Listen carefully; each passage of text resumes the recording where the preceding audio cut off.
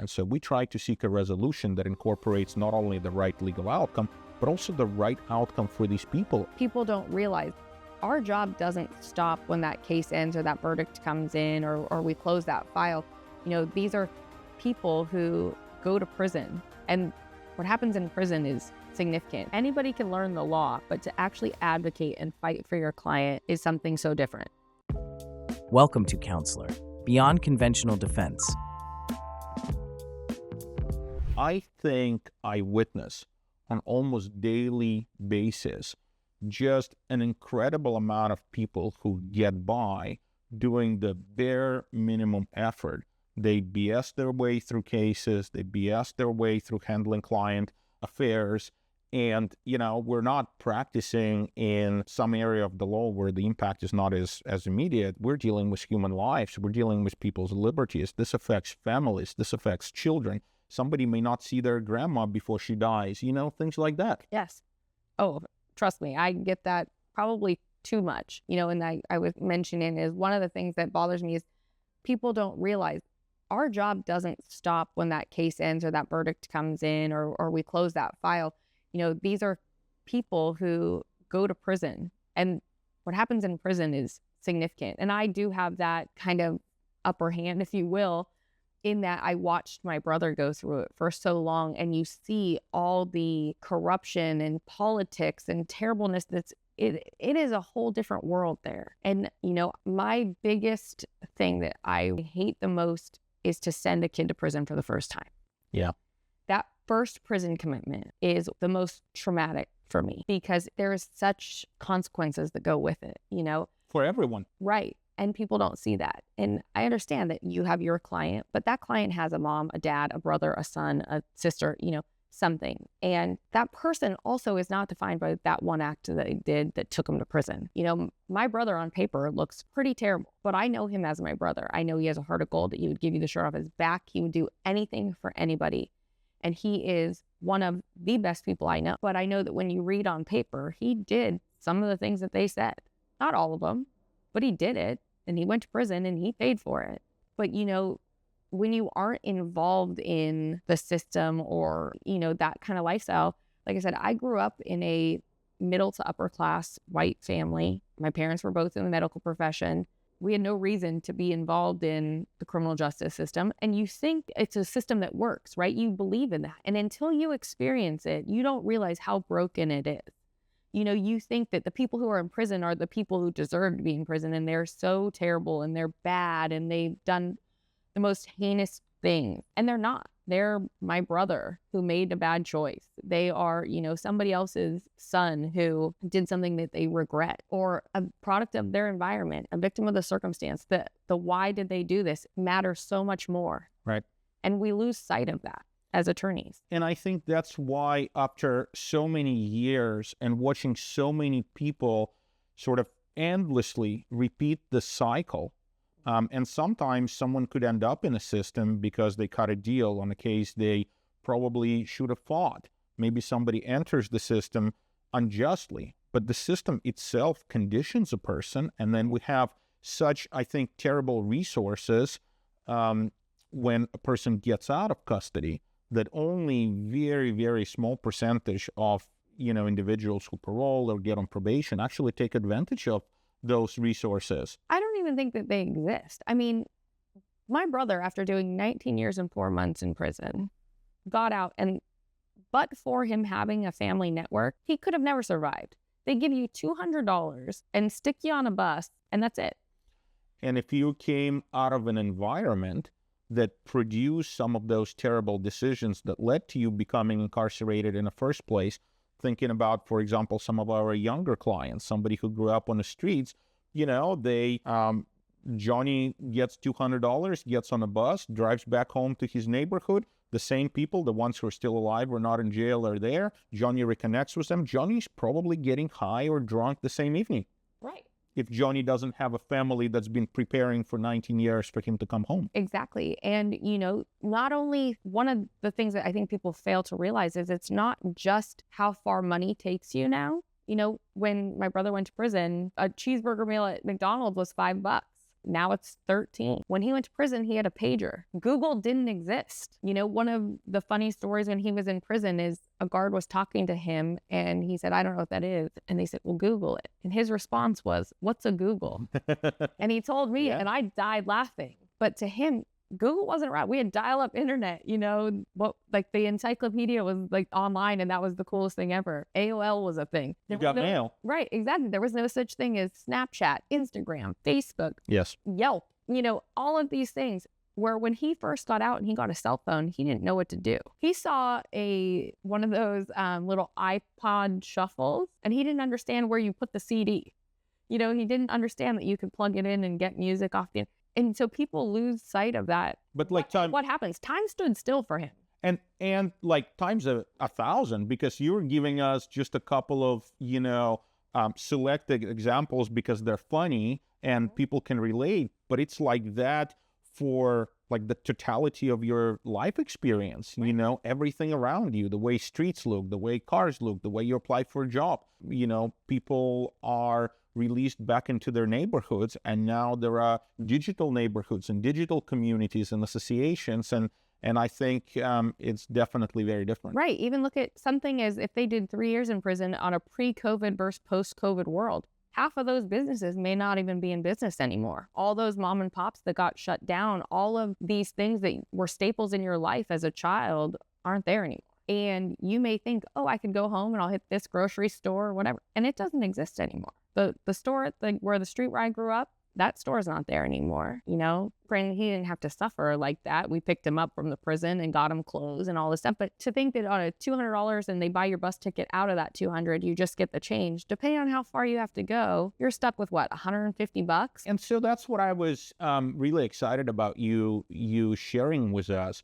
What it looks like, not only from the perspective of a lawyer, but also from the perspective of someone who knows what it's like to receive a loved one on the other end of the gate. My experience with prison was always going inside, obviously, as a professional visitor.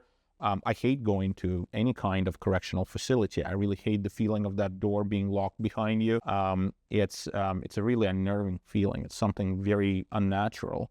Yes. For humans to be confined in a place like that, in a cage. But your experience with reintegration, I think, is a really interesting one. And is there any work that happens like 6 months before you get released, a year before you get released? Are they not teaching folks what they should be learning in order to be successful once released? Is there not like some kind of RAP services or, community reintegration services? No, and the problem is that each prison is so different in that, like I said, my brother was a level 4 yard, so services are very limited.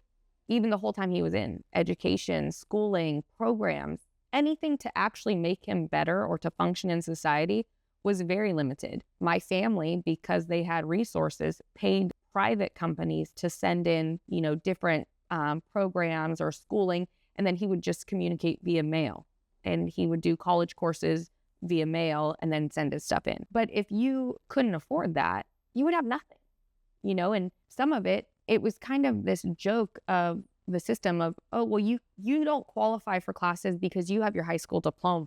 And so they kind of punished him for that. And it's like, well, just because he had gone to school and got his high school, and the majority of inmates don't generally have their high school diploma, or they get their GEDs while in custody, but it still shouldn't define them, or limit their resources. Like, we should take this multi-billion-dollar corporation that they're running and actually try and better these people when they get out, teach them trades. I'm not saying they have to go to college. In fact, I think trade schools would be much better for these inmates. For a lot of them anyway, right? Right, because you also have people who, before, when PIA used to be a thing, and all of our license plates through DMV used to get made at Folsom Prison. They were able to do that in the machine shops, and they would send it out. And they taught these inmates a trade that they could use when they got out of custody. I think we see a little bit of the change right now with the fire camps, and they are allowing some of the inmates to go and get the certifications, and then they can get hired on. But again, that was a lower level prison, so my brother would never qualify for those services. And I understand the balance of, safety and security of the institution, which is what they always fall back on, versus wanting to actually make a change and help these people who actually get out, try to get them to not come back. The recidivism rate is insane because they don't know any better, and we don't teach them any different. So for me, what I'm trying to do, which is a little bit different from what I've spent, first half of my career doing, is I really want to look at the reasons why someone like your brother, someone like so many of our clients, got involved with the criminal justice in the first place. Was there a problem because, maybe the family went through a divorce and the kid lost the parental authority figures? Is there an underlying drug issue? Is there something that's a mental health issue to which the drug abuse is secondary? And so I look at every case that I have, not only as an opportunity to represent the person in that narrow set of legal circumstances, but I also look at it as an opportunity to identify what is the underlying issue or problem that led to the person seeking my help to begin with. And even when you have a client who is innocent, or a client who maybe had his or her rights violated, and you have a good motion you can file that could get the case dismissed or a key piece of evidence excluded so you can then resolve the case with an excellent legal outcome, oftentimes we see that even an innocent person could have a series of really bad decisions that led to them getting charged. So for example, in a domestic violence scenario, you and I have probably handled thousands of domestic violence cases. Oftentimes, when I look at a couple that is going through a case involving domestic violence, I might represent the spouse who was actually the victim of domestic violence, but that doesn't mean they were in the right. That doesn't mean that they didn't do things in their relationship, maybe related to substance abuse, maybe related to infidelity, maybe related to mental health issues that have been unresolved that led to this incident in which force was used against someone, or led to this incident where false allegations were made against someone. And so I look at it as an opportunity to analyze, why are we here? What happened? And how can we fix this problem? Do you all still want to be a couple? Do you guys still want to be a family? Okay, then, maybe it's good for your wife to start seeing a counselor to finally address the underlying trauma from the abuse she had as a child. And for you, sir, it would be really important to stop drinking, because when you drink, you act a certain way, and that's not healthy for you or your children. And then we talk to both of them about the impact that this has on the kids. And then we get them into, couples counseling. So if they want to remain a couple, they can learn tools to be successful in that. Now, many of our colleagues would say, you're playing social worker. That's not what I went to law school for. You just have a case. Just call her, she's going to refuse to testify, your case is going to be dismissed. And I get that. But what happens after that? Then they go, they come back. Exactly. That's exactly what it is. And so I have started to use this approach across, hundreds of cases that we have. We service probably 300 to 400 cases a year. We have 6 lawyers in the firm now. And so we have quite a significant number of clients. And we have trained every employee at the firm, from low level admin support staff to our paralegals, investigator, every attorney, including both junior associates and our senior attorneys. And so every single one of us looks at a case in this 3-step method. What is the reason why the person is here needing our services, or what's the underlying problem behind the behavior that they're accused of or experiencing or exhibiting? What is the professional solution for that behavior? And then once we align a professional solution to the problem that the people have, that's what we advocate for in court. And so we try to seek a resolution that incorporates not only the right legal outcome, but also the right outcome for these people. And it's very simple. We're not the first ones to do it. Right. Lots of people have tried to get help for people who needed help. We have witnessed some extraordinary legal professionals who have sacrificed a lot of their personal, sanity and energy to try and do great things for their clients, but we're doing it methodically, and we're doing it as a method on each and every case. And sometimes there's not a problem. Sometimes, you rule that out and you move on, but so many times it is. And so thinking back to our experience as public defenders, Emily, statistically, we know 50 to 75% of all clients going through a criminal case will have some sort of mental health or substance abuse issues. Yeah. How many thousands of people do you think you and I represented as public defenders? Well, when I first started, my caseload was, I remember I hit 500 as a misdemeanor attorney. Wow. So you single-handedly carried more cases than my entire firm was 6 lawyers. At one point, yes, when I was in misdemeanors. Now, obviously, it got significantly lower when I went to felonies, but really, there is no distinction. I mean, those are still people who are committing some sort of act generally related to mental health or substance abuse, just on a lower scale. And so you were a public defender for how long? I was a public defender for 10 years. I was for 8.5. So you and I have similar experience. You beat me by a little bit, about 18 months or so. We probably represented, I would say, easily 5,000 people each as public defenders. Yes. And out of those 5,000, how many people do you think we actually treated as mental health cases or substance abuse cases, as opposed to, regular distribution of, caseloads and business within the criminal justice system? Because I know I've tried for selected individuals, but it was never at the scale of 50 to 75%, not even close. No way. I would say in misdemeanor court, when it was possession and you had diversion type things available, but once you got to the felony level, up until the last year or two, things were really shut for how many other options you had. Your options were probation, prison. I mean, there wasn't this diversion or any type of programming that we really could take advantage of. And so you could use it or get counseling or things like that to mitigate, but I don't think as a entire complete defense, I would say it was rarely sought. Right. Now, the mental health diversion statute in its original version, that was passed around the time I went to private practice, I think about a year after. So I think around 2016 or so is when I started doing mental health diversion litigation. I was really excited about it because it was a population of clients I was always interested in working with. And I would do exactly what you're describing. I would gather sympathetic information about a person. I would try to negotiate, beg, appeal to sympathy, all of those things. But oftentimes I would have a judge that would just give me an angelic smile and say, "It's time, Mr. Pernick." And what that meant was, it's time for your client to go to prison, Mr. Pernick. Right. And there was nothing you could do. So then they passed the mental health diversion statute.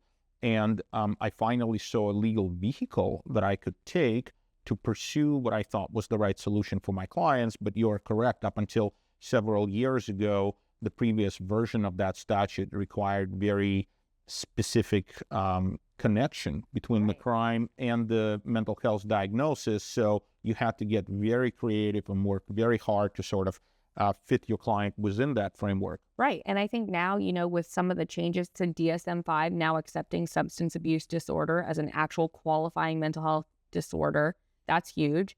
Now this presumption that if it's within 5 years that there is a causal connection to the mental health disorder and the crime.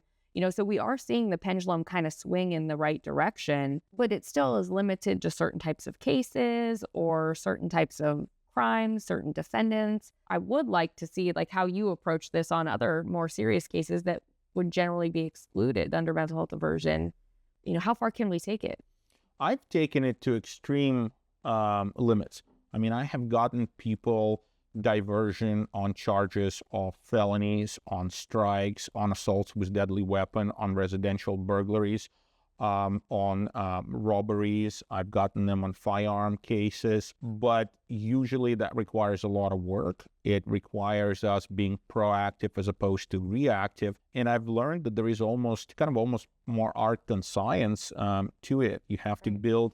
It's very hard for a practitioner to actually have a practice where 50 to 75% of your cases are mental health or substance abuse cases because the system is not set up for it. And so when you try to litigate the vast majority of your cases that way, you get a lot of pushback. You get and it's county specific. County specific. We have in some counties, they will accept you with open arms on majority of cases. But then there's other more conservative counties for sure who will not, especially if it's something that involves a peace officer or something like that, where there is no love there. I have a case, actually, I just had a client accepted into mental health diversion, and I was shocked, but I put forth a probably 40 or 50 page motion because this was an older gentleman. He had no real record at all. And on this one particular night, and the officers made their way into his home. I think it was an illegal entry, but he wanted to do the mental health diversion route. We went that way, but they ended up charging him with multiple counts of PC 69 with GBI, and yet he's the one who gets his ass beat by the cops. And when you say those numbers, you mean resisting or obstructing officers by force with great bodily injury. Right. And so in this particular case, cops came in as he was trying to shut his door. Cops originally were called out that he was the victim of a domestic violence type incident. It was just verbal. He didn't want to participate. She didn't want to participate. He goes to close the door and they stop him and they push the door in and they immediately go hands on and they beat the shit out of him. But one cop took out his kind of Magnalite flashlight and was striking my client, but also in this melee struck the other officer. Well, it's our position. He struck the other officer, and that officer ended up with a concussion. So your client gets charged for the concussion that Officer Jones got from Officer Smith. Exactly. And so here was a man with no record who's now facing multiple strike offenses. Multiple years in prison. Right. And, luckily that I was able to go in front of a really good judge. I put forth a really good motion. And now this man is doing mental health diversion. But it's crazy when you have other attorneys stop you in court and say, I've never seen that type of a case because it was an officer victim allowed into mental health court in this county. It's insane. I have learned a long time ago the unbelievable power of just saying no, just refusing to accept subpar legal outcomes, just being stubborn, putting your foot down and barreling forward. I've had a case where my client was a decorated veteran. He has been deployed in combat multiple times. He came home with post-traumatic stress disorder, was involved, which is not uncommon, in a domestic violence incident, which was pretty bad. And the judge denied mental health diversion. This was in the early years of mental health diversion statute. So I fought it. I've actually connected with another alumni of our office in Tulare who helped me put together an appellate brief. So we filed an emergency writ, which is a form of an appeal. We went to the 6th District Court of Appeals. We got it reversed. We got this veteran into mental health diversion. He completed it. It saved his freedom. It saved his retirement. And it allowed him to continue his military career because he has given everything for the Army. And he was about to lose it all. Right. I mean, it's like, like I was saying, where we can't just forget about the case once we close it, right? That change that we make, that getting him into diversion, even though you may have closed your file, you just have now changed the entire trajectory of his life. Whether it be for a mental health diversion or it be a prison commitment or whatever it is, we have power over people's lives. And as an attorney, we need to recognize that, for better or for worse. To think that at the end of the day, when you go home or that person goes to diversion or goes to prison or gets a dismissal on a technicality or something like that, we still have changed their life in some way. I agree. And I think that's where the difference is for me between being a lawyer and being a counselor at law, an advocate, someone who can actually guide a person through that experience, as opposed to just take their money and open the file, negotiate a deal, close the file, move on to the next one. Anybody can learn the law, but to actually advocate and fight for your client is something so different. I agree with you. Thanks for watching. Be sure to hit that like and subscribe button and leave us a review in the comments.